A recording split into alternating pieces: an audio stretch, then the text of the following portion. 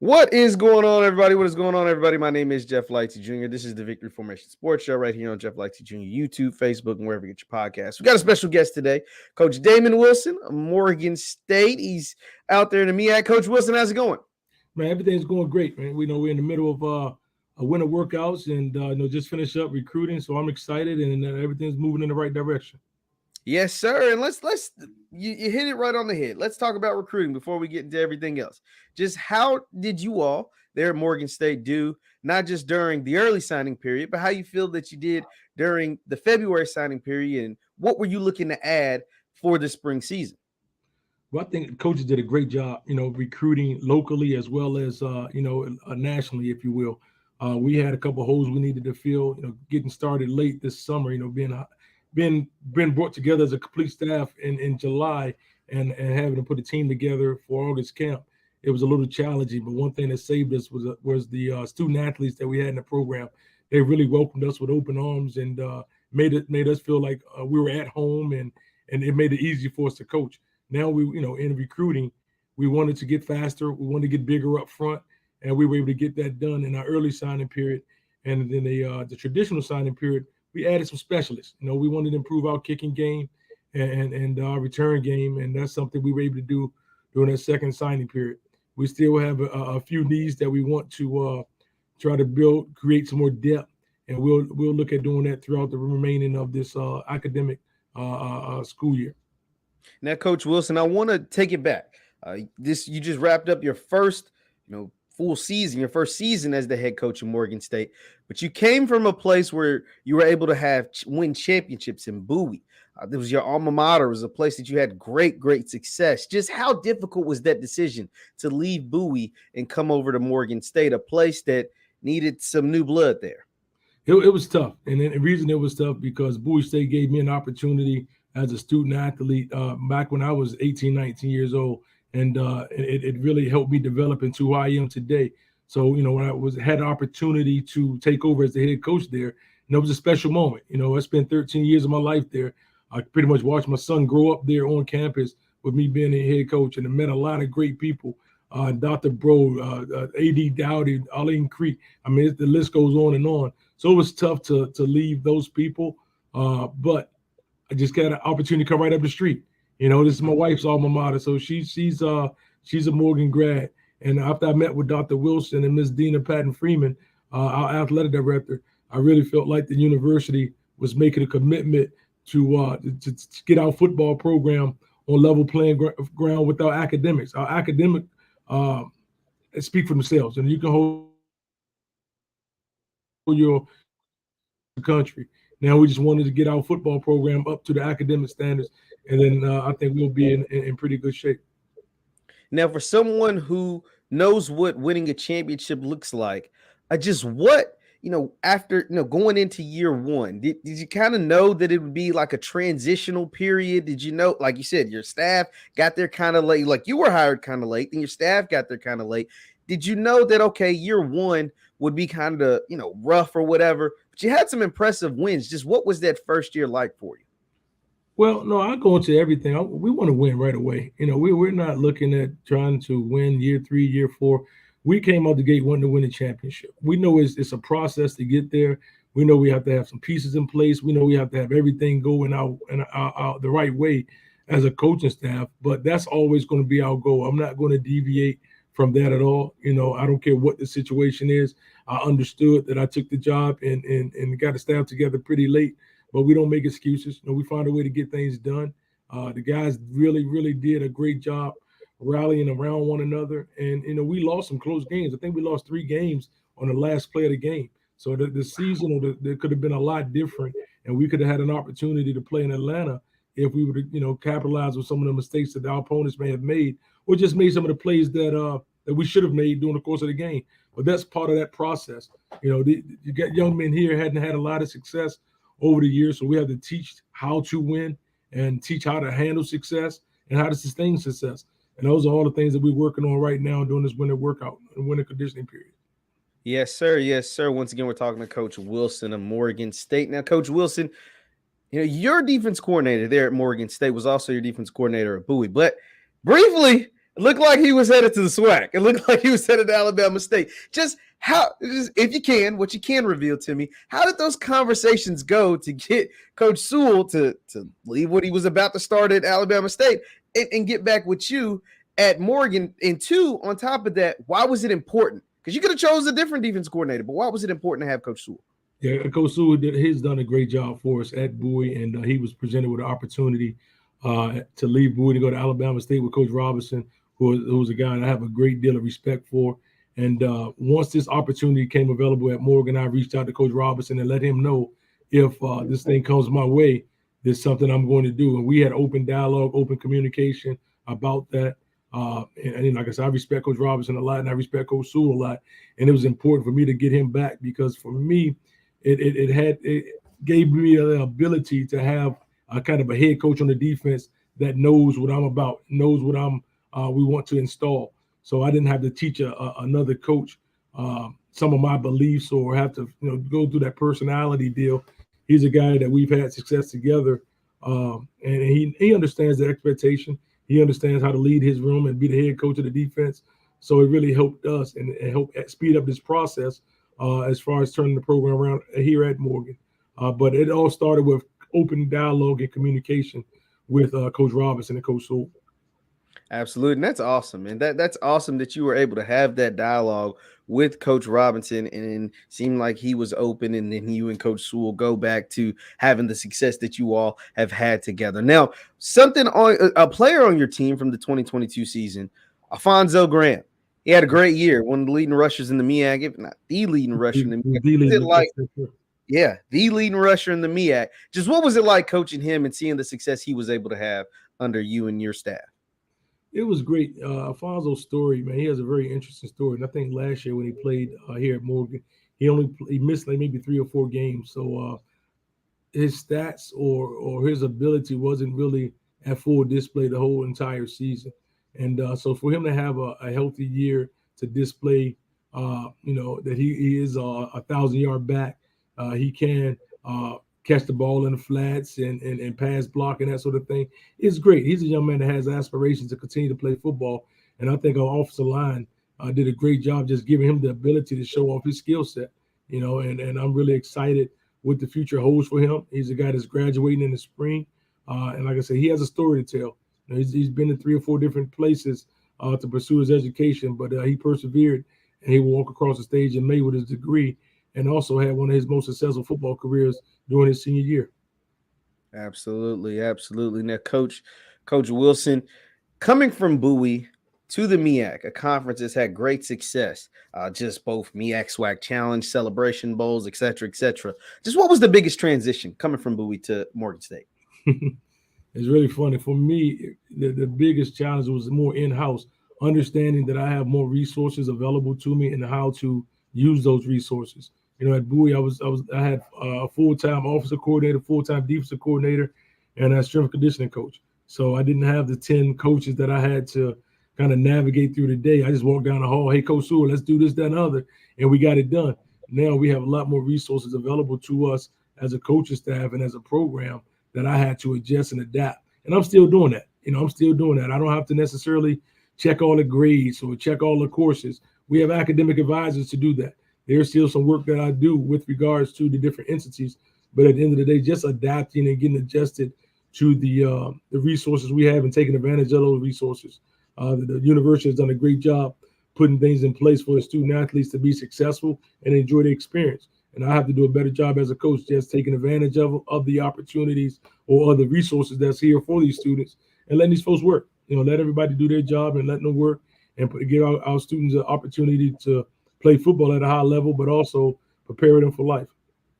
Yes, sir. That's awesome to hear. That is awesome to hear. Now, I want to ask you about just that area, the Baltimore area, the recruit. You talked about recruiting local, and you've been able to have a ton of success at Bowie and even some early success there at Morgan. What is it about the type of player or the type of young man that comes from that Baltimore, that area out there where Morgan State is located? It's going to be gritty. Guys that's going to be gritty, guys that are hungry, guys that are going to take advantage of their opportunities, guys that's not going to make a lot of excuses, guys that's not looking for all of the the bells and whistles all the time. They just want an opportunity. And that's something that we pride ourselves on at Bowie. And I used to tell the guys all the time, man, I know Bowie State wasn't your first choice to where to go to school at, as far as playing football. I know that wasn't your first choice.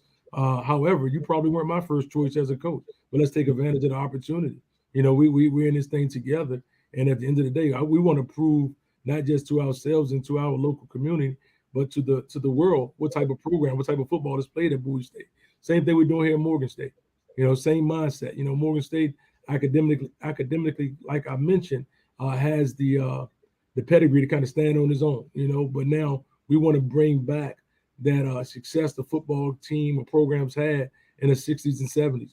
It was some very successful football being played here at Morgan. We're going to go back and revisit those days, and we're going to revisit those days with today's football players. Absolutely. We're heading.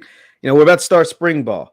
Just as far as when it comes to your staff, your program, what do you kind of like want to get out the most out of spring? What are some of the things? Are there certain areas? Is it install? Is it how do you kind of approach the spring? This spring is different than any other spring I've been a part of because, like I said, we were hired late as a staff, so we really never installed our entire offensive defensive playbook. So now we're cleaning up terminology. We're cleaning up ideas and suggestions that other coaches may have on the staff. We didn't have a chance to do that. We had to put our best foot forward and put the best game plan together quick as possible during the summer. Now we have an opportunity to kind of scrub through some things and make sure we make the necessary adjustments and make sure that we are using the same terminology. That's something that's under, I guess, value when you're talking about coaching changes, but teaching an offense or defense some new terminology, sitting a new mindset. It's a process. And same thing with the coaching staff. You're bringing 5 new offensive coaches together, 5 new defensive coaches together from different programs. So we're right now, we're just cleaning up terminology now that we're finished recruiting and making sure we're all on the same page as we move into spring ball. Now, just as far as when it comes to, coming from a lower level where Bowie was at to the MEAC, which is full of really, really good football teams, how do you approach recruiting? I know some coaches do like 40% transfer, 40% JUCO, 20 high school. You have more of a mix. Just what is kind of like your approach when it comes to recruiting? Well, I'm still big on the high school recruiting. I love the development of high school student athletes. I think the benefit of recruiting a high school student athlete, that young man will spend more time on your campus, therefore fall in love with the university a little longer because he's not here just a year or two. He's going to be here 4 to 5 years. He's more likely to give back to your university to ensure that university success is sustained.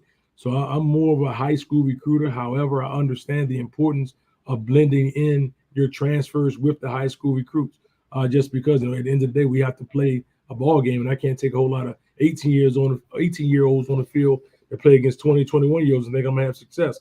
So you got to balance it out. But we are still in the mindset they bring in the best high school student athlete that fits our program, that fits our culture, and then we'll blend in some special transfers that enhance what we're trying to get done as well. Absolutely. Once again, we're talking to Coach Damon Wilson of Morgan State University. Now, Coach, just what are some of the position battles or some of the things that we can look forward to seeing possibly in the spring and maybe even seeing who could come out? Is there anything in specific, like a quarterback, an offensive line battle, or receiver battles? Who's going to replace Alfonso? Like, what are those looking like for the spring? I think everything is kind of wide open, but I'm really excited. I think we have about 5 or 6 quarterbacks in here this spring that can throw it around a little bit. So I'm excited to see who comes out of that room, on top, as well as you mentioned, Alfonso graduated, but Jabril is right there in the mix. He's a guy that's been around, and it's his turn to take over O-line. We're returning 4 to 5 starters, so we're looking for those guys to get better and build some depth there. And defensively, man, I think we lost maybe 2 defensive starters, so therefore we have a lot of returners. But now we want to compete. We really want to compete and see if you started last year, that doesn't mean you're going to be a starter this year. And these guys understand, and they saw who we signed. They saw who's in here from a mid-year recruitment standpoint, how many guys we brought in. So they understand what we're working to get done. And thus far, everybody has brought into the process and the program. and I'm really looking forward to seeing how this thing shake out when we start flying around a little bit in late March. Yes, sir. Now, Coach Wilson, I love asking coaches about this question. Now, it's a little different asking you because when you left the previous job, you just went up the street. But when coaching is a fluid like occupation. You have to move sometimes. Sometimes it's across country. Sometimes it's to do X, Y, and Z. Just one of those conversations like in your household with your family, and everybody, when it's time to move from one place to another place or take one, leave one job behind and all the relationships and the people to go to the next opportunity. As you mentioned, I'm pretty fortunate not having to uproot the family. But I've done that before. I've worked at, this is my fourth university I've worked at. And that's part of the job. We understand that. I've never been a guy to take a job and use it as a stepping stone and try to move on to the next job. I'm always trying to maximize the opportunity where my feet are planted. And that's one thing that we want to do here at Morgan State. But, when the job came available, I talked to my wife. She supported it. I talked to my son who really wasn't too much in favor because he had all his big brothers, at Bowie. So I told him he had to get a chance to have new big brothers. But so we talked about it as a family, and it made sense. And once again, as I talked to Dr. Wilson, the president of the university, Ms. Dina Patton Freeman, the athletic director, they really painted a clear picture of what they were trying to do with the football program. And I was excited that I didn't have to uproot the family. I just have a little longer commute. But all in all, we're still in the state of Maryland, and we're looking to do some of the same things we were able to do down at Bowie. Absolutely. Now, Coach Wilson, the MEAC isn't as heralded in the media as maybe say so the SWAC. Maybe it doesn't get the same love, or because it's not as flamboyant or have as much pageantry. You talk about a brand of football. You guys play some good brand of football. Just what is it like day in and day out, even though it's not large in numbers as far as teams that you play against, but some of those teams that you face in the MEAC conference? It's tough. I mean, there are no days off. One thing I think I undervalued, if you will, was the number of teams. We only have 6 teams in the MEAC. However, that non-conference schedule you must play to prepare for those 6 teams is grueling. You're playing a lot of schools in different conferences, and then you think you're going to jump into conference play and it's going to get a little lighter. Not at all. Not at all. You have the North Carolina Centrals of the world, and South Carolina States, the Howards, the Dale States, Norfolk State. I mean, it's no weeks off. It's no weeks off. So, and the coaches do a great job preparing their guys to play. There are a lot of good coaches in the CIAA, and I want to say, and the MEAC has a great coaching pedigree as well. And most of the schools that are in the MEAC came from the CIAA. So, the CIAA is the oldest HBCU conference to play football. And a lot of the schools, all of the schools, pretty much migrated from the CIAA to the MEAC at some point. But that's a great brand of football. Once again, there's no weeks off. And recruiting, these guys go hard. And I love spending time with the coaches in the MEAC outside of football season. We had an opportunity this past weekend to break bread with a few of the coaches in the MEAC and just share stories. And that's something I think we take great pride in. And when you're talking about comparing the MEAC to the SWAC, we understand what's at hand when we play against the teams in the SWAC. They may be a little bit more active on social media, but I think we've done a better job on the football field when it comes to winning ball games. Yeah, I love it. I love it, Coach Wilson. Now, Coach Wilson, for someone, if you're recruiting a young man from the South and he's like, hey, Coach, man, up north, y'all basketball states, right? Like y'all hoop out there. Y'all really play some football. Have you ever heard anything like that? And if so, what is something that you say back to that young man or his family? I haven't. I've heard that some years ago that up north there's more basketball than football. But I think once again, let's look at the track record. Let's look not just in the MEAC, but look at other conferences as well. Let's look at the playoffs. The FBS playoffs. Where are some of the teams from? Some of them are from up north. But I think you must have a balance of guys because a lot of the teams that's down south, they have some up north players on their team. And I'm not going to name any particular universities, but there are a number of universities at every level that are having success down south. But they have some northern ball players in their program. But I haven't had too much conversation about that. But I understand that some people thought process. Yes, sir. Yes, sir. Once again, we're talking to Coach Wilson of Morgan State. Now, Coach, you've had a ton of success in your coaching career. You're going into year 2, right? We got the spring. You told me some of the position battles that you're looking forward to seeing in the spring. But what is kind of like the team mindset, or maybe even a motto, a slogan that'll be used for this 2023 Morgan State football team? We've been talking about just being selfless, not selfish. We've been talking about being our brother's keeper, brotherhood, understanding our responsibilities as a student athlete at Morgan State University, and just want to bring the team closer together, and giving guys the opportunity to uplift our youth in the community and win a championship. That's not going to change. Our goal is to win a championship, and we're not going to be shy about it. With everything that we do, we need to do it with a championship tempo, a championship mindset. And that's, like I say, that's something that you normally establish during this winter workout period. And that's something that we're really focused on as a staff and as an organization.